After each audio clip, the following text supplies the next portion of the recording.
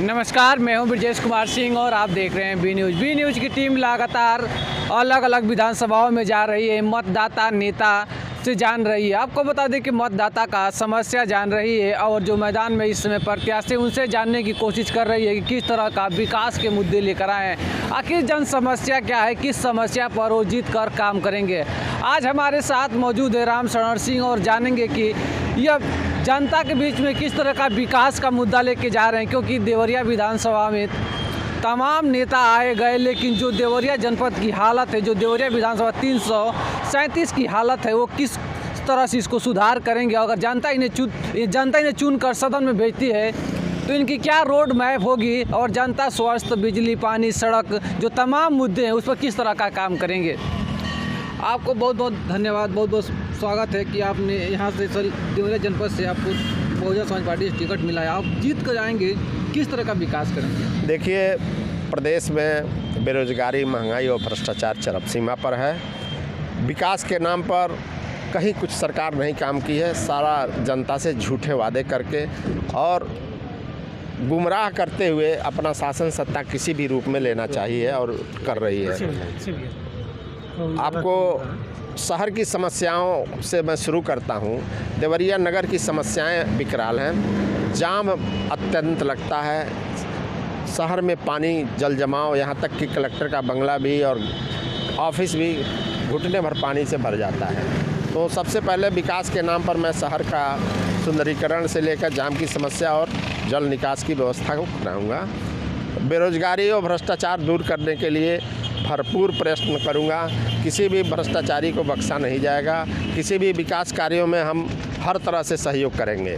गौरी बाजार क्षेत्र के लिए जो बेरोजगारी और भ्रष्टाचार की सीमा पार कर गया है, प्रशासन शासन एकदम बंधुआ मजदूर बन चुका है सत्ता पक्ष का, मैं इस चीज़ों से दूर करूंगा। मैं ये जानना चाहता हूँ कि इस समय जो देवरिया विधानसभा की सड़कें हैं पूरी तरह से जर्जर, पर आप किस तरह का काम करेंगे। सड़कों का विकास, सड़कों के लिए नवीनीकरण, मरम्मत का काम हम कराएंगे। शहर नगर की सड़कें एकदम जर्जर है, टूटी फूटी है, जो नगर पालिका ने कोई काम नहीं किया है इस दिशा में। मैं इस दिशा में जो जिस विभाग से ज़रूरत होगी उस विभाग से मैं दबाव डलवा के काम कराऊंगा। और आजकल युवाओं के लिए कोई ऐसा मैदान नहीं, ऐसा कोई ग्राउंड नहीं है जहाँ खेल सके, या आर्मी की भर्ती या सेना में जाने के लिए युवा दौड़ लगाते हैं, सुबह जाते हैं, उस तरह का कोई ऐसा मैदान नहीं है जहाँ से युवा जाकर तैयारी कर सके या खेल के माध्यम से देवरिया जनपद और प्रदेश और देश का नाम रोशन करे। इस तरह का कोई जगह नहीं, इसके लिए क्या सोचते युवाओं। देखिए, युवाओं के लिए सरकार ने सारे रास्ते बंद कर दिए हैं। कहीं रोजगार के अवसर उपलब्ध नहीं है। भर्तियों पर रोक लगा के संविदा पर नौकरियां दी जा रही हैं। संविदा मात्र 8,000 10,000 पर नौकरियां देने का प्रबंध सरकार कर रही है, जो एक कंपनी की तरह सरकार काम कर रही है। एक लोक कल्याणकारी, of the people, for the people, by the people का जो लोकतंत्रीय सिद्धांत है, बाबा साहब अम्बेडकर ने जो सिद्धांत में व्यवस्था दी है, उस पर कोई काम नहीं कर रहा है। सरकार कोई उस पर ध्यान नहीं दे रही है। बेरोजगारी बढ़ती जा रही है। युवाओं के लिए भीख मांगने के अलावा कोई रास्ता नहीं बचा हुआ है। पैसा जो है नीचे एकदम नहीं आ रहा है। रोजगार के अवसर सृजित नहीं हो रहे हैं। और मैं उस रोजगार के अवसर को सृजित करके निचले पायदान पर पैसा पहुंचाने का कार्य करूंगा, ताकि इससे रोजगार भी बढ़े, व्यापार भी बढ़े, देश की उन्नति हो, सरकार को कर भी बढ़े। जैसे कि हमारे चैनल द्वारा सर्वे कुछ दिन पहले किया गया था कि ज़्यादातर लोगों का कहना है कि मायावती के शासनकाल में सरकार जो कानून व्यवस्था थी बेहतर थी, लेकिन आपको क्या लगता है कि जिसमें जो सरकार है और इसमें क्या अंतर है। अगर आपकी सरकार बनती है तो कानून व्यवस्था क्यों कैसे रहेगी। देखिए, आज की सरकार में किसी भी विधायक का कोई बात नहीं सुना जा रहा है। चुने हुए विधायकों की बात नहीं सुनी जा रही है। अधिकारी मनमाने ढंग से कार्य पर उतारू हैं। और मायावती का शासनकाल इतना सख्त था कि कहीं दंगे फसाद किसी की हैसियत नहीं थी कि दंगा की ओर बढ़ जाए। कानून व्यवस्था चुस्त दुरुस्त थी और वही कानून व्यवस्था उसी ढंग से हम लोग कायम करेंगे और जनता को राहत देंगे।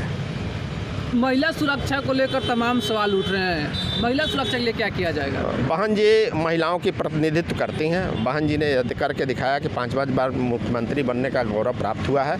महिलाओं के लिए प्रेरणा स्रोत है।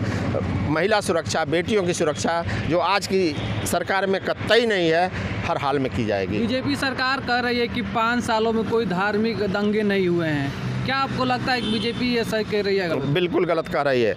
मुसलमानों पर दंगा करा के बीजेपी सपा को के पक्ष में कराने का प्रयास करती है। सपा और बीजेपी एक ही सिक्के के दो पहलू हैं। मुसलमानों पर मानसिक दबाव डाल के आज कोई बोलने की हैसियत नहीं रखता है। भाजपा सरकार ने ऐसा व्यवस्था बना दिया है कि बोलने की क्षमता किसी में नहीं है। यहाँ तक कि मीडिया और पत्रकार लोग भी इस दिशा में काम नहीं कर रहे हैं। मुझे बड़ा खेद है कि लोकतंत्र के चौथे स्तंभ आप लोग हैं। आप लोग इस जिम्मेदारी को नहीं निभा रहे हैं। आप लोगों को निभाना चाहिए कि हम सरकार की खामियों को उजागर करें, जो नहीं हो पा रहा है। तो देवरिया विधानसभा के लोग आपको किस नज़र से देख रहे हैं? मुझे हर सर्व समाज से मेरा अपार जन समर्थन मिल रहा है। चूँकि मैं सामाजिक कार्य किया हूँ, इसलिए सामाजिक कार्यकर्ता के रूप में मेरी पहचान है और मुझे हर वर्ग से प्यार और स्नेह मिल रहा है। मैं यहाँ से चुनाव जीत रहा हूँ और जीतूँगा। मेरी किसी से लड़ाई नहीं है। जनता से आप क्या अपील करना चाहेंगे, क्या कहना चाहेंगे हमारे चैनल के माध्यम से? जनता से मैं अपील यही करूँगा, जिनकी रोजी रोटी राजनीति है उनको त्यागें, जिनकी रोजी रोटी सेवा है उनको अपनावें। एक ऐसा देखा जा रहा है कि कुछ लोग आ रहे हैं चुनाव में, पहले समाज सेवी के नाम लेकर आ रहे हैं और चुनाव जीत के चले जाते हैं, फिर वापस आते नहीं हैं। और देवरिया जनपद में बाहरी का भी नारा लग रहा है। जी बिल्कुल। मैंने 1996 से जो है समाज सेवा में काम करना शुरू किया है। हर वर्ग के लोगों का हमने सम्मान के साथ सामाजिक सेवा की है। मेरी सामाजिक सेवा से सारे जन सामान्य लोग परिचित हैं, इसलिए मेरे बारे में ऐसा कोई नहीं सोच सकता है, न कह सकता है। ठीक है। एक संत की जीवन जीते हैं, हमको लगता है कि आप समाज सेवा में भी पहले से रहे हैं जी। तो क्या आपका सही माना जाए कि आप संत की जीवन जीते हैं? जी बिल्कुल बिल्कुल। मैं 1996 से बौद्ध धर्मी हूँ और मैं 5 बार विपश्यना साधना किया हूँ। मेरी भावना लोक कल्याण की शुरू से ही रही है।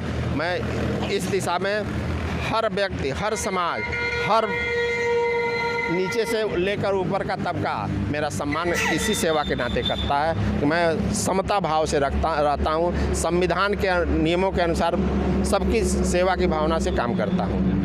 जैसे कि आपने देखा इन्होंने किस तरह से अपना विकास रोड मैप लेक्चर, इनके साथ कुछ और भी लोग हैं, हम इनका भी मत जानेंगे क्यों इनके साथ जुड़े हुए हैं और इन लोगों का क्या करना है। ये हमारे साथ एक चाचा जी हैं जिन्होंने कई सारी सरकार देखी। चाचा, आप इनके साथ क्यों जुड़े हुए हैं, क्या एक तो इनके में? मैं मैनुद्दीन अंसारी हूँ, बसपा का कार्यकर्ता हूँ और मैं इसलिए इनके साथ जुड़ा हूँ कि एक तो ये बौद्ध हैं, दूसरा ये है बहुजन समाज पार्टी ने इनको टिकट दिया है। नेक आदमी हैं, अच्छे आदमी हैं, काम अच्छा करेंगे, ये है इनके साथ। आप हमारे साथ एक युवा हैं, इनसे जानेंगे कि आप युवा यंग हैं और आप क्यों इनके साथ जुड़े हैं, आप लोगों को क्या इनमें अच्छा लगा, क्या इनमें आपने देखा कि इनके साथ जुड़े हुए हैं? जब वाहन में आवती का जब सरकार था तो हम देखें कि मतलब दंगा फसाद तो एकदम नहीं हो रहा था।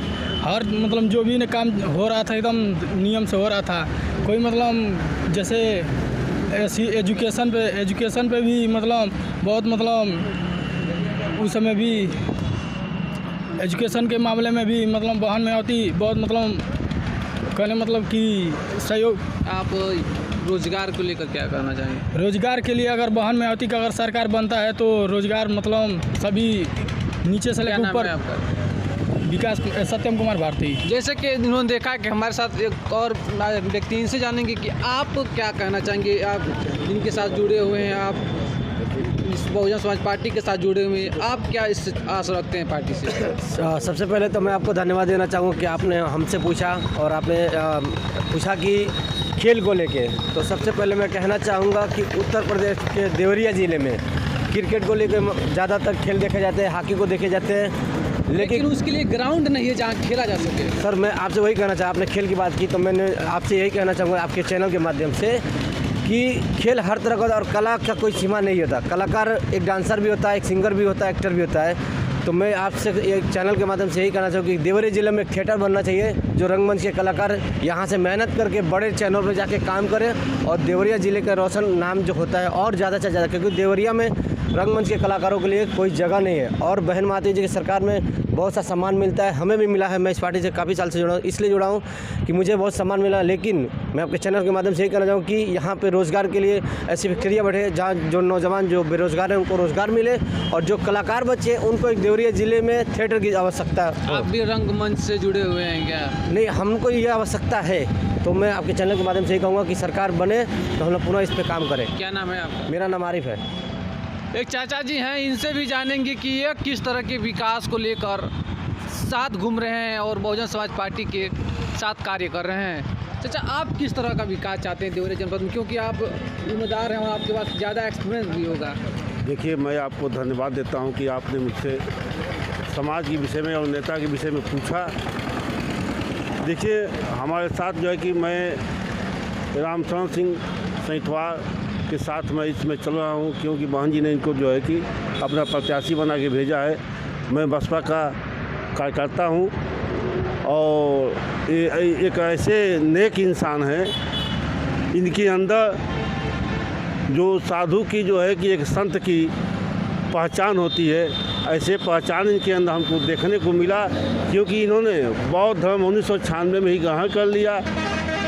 बौद्धिस्ट विचारधारा के हैं, सबको समान भाव से देखते हैं, समता मूलक स्थापना में इनका जो है कि दृढ़ विश्वास है। समाज की सेवा करने के लिए जो है कि जैसे हर समाज के समान भाव से सबकी सेवा भाव करने की जो ठान लिए हैं। अब बहन जी ने इनको टिकट दिया है कि और इससे इनके वजह से इस विधानसभा के बौद्धिक विचारधाराएँ बढ़ेगी और सबको हर समाज को सम्मान मिलेगा। जिस अन्य दल के लोग विधायक जीत के जाते हैं, सभी समाज को सम्मान नहीं देते हैं, अपने सिर्फ जो है कि चंद चाटुकार लोगों का सम्मान देते हैं। इनका सोच वैसा नहीं है, ये बौद्धिक विचारधारक हैं। बौद्धिक विचारधारा में जो है कि समता मूलक सभी समाज को सम्मान दिया जाता है, इसलिए हम लोग इनके साथ जुड़े हुए हैं। और हमको आशा है कि विधायक बनेंगे तो देवरिया जिले के सभी समाज के लोगों को समता मूलक सम्मान का जो देंगे और देवरिया जिले के लोग, हर कार्यकर्ता, हर जनता, हर माता बहन सब लोग खुश रहेंगे इनके अगुवाई में।